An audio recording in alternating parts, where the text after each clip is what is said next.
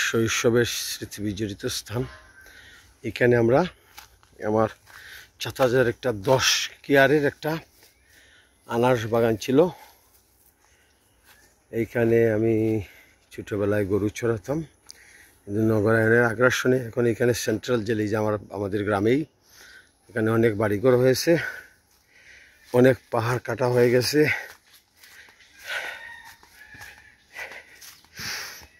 এটা একটা ছোট্ট বাগান।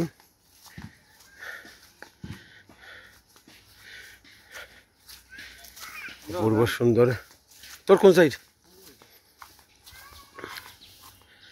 সুন্দর জায়গা। এই স্থানে আমরা ফুটবল খেলতাম, গরু রাখতাম, সারাদিন টিলা কাটাইতাম। সেই মনে আছে? হ্যাঁ, টিলা। ও মধ্যাহ্ন দিন হতে চলেছে, মনে আছে নি? এখানে যে আনারসন বাগান আছিল, এটা তোর মনে নাই? আমি 1981 একদিন আইয়া দেখি, আইয়া দেখি রে ভাই, জৈট মাইয়া দিন লাল থাকি কি ও মাথা থাকি ও রাডার পর্যন্ত দিও পর্যন্ত জেল পর্যন্ত লালে লাল জিও আনারসের বাগান। আর না না আজি বাগানে আনারসের বাগান তদারকি করা, লুক আফটার করা, 5-7 জন মানুষের কাম করে।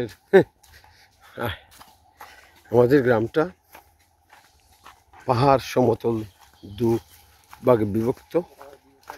তো এই গ্রামের মেজরিটি অধিবাসীরা সমতল ভাগেই বাস করে এবং খুব অল্প সংখ্যক পাহাড়ি অংশে বসবাস করে। ফুটবল খেলায় হঠাৎ গোসল করতাম নেই, এই ছোট্ট পুকুরে আমরা গোসল করতাম। কোনো খাটল গাছ না, বইতাম। এদিকে নগরায়নের আগ্রাসন চলছে, সবকিছু গ্রাস করে ফেলবে। অনেক পাহাড় কাটা হয়ে গেছে গ্রামে। এটা মাছ আছে নি শাহিন? দেখুন, এটা হলো আমাদের অবস্থান।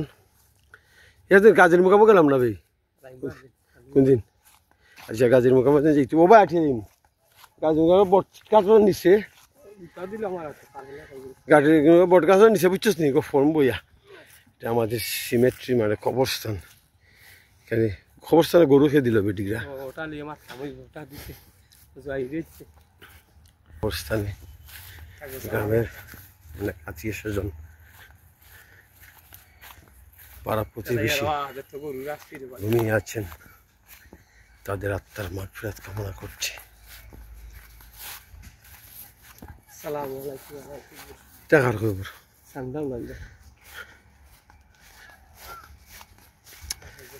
ওটা গাছের কথা মনে পড়ে, ফিসাস, ওটা ওটা ফুটকি, অনেক বন। ও গাছটার নাম মনে পড়ে না।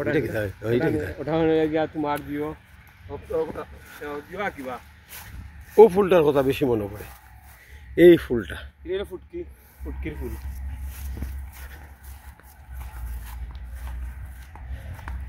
আর এটা কিটা? এটা কি গাছ? ফিস্টি।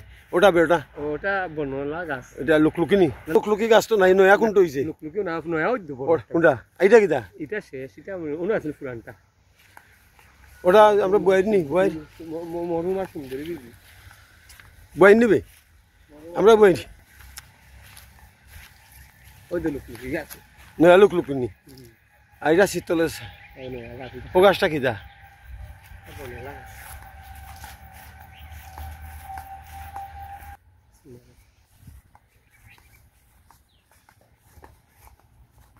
পাহাড়ি ছড়া, পাহাড়ি ছড়া। আত্মীয় স্বজনের খবর, শাসাদি বাজান, ওটা হলো মায়ের মায়ের, ওটা ওটা ওটা ওটা ওটা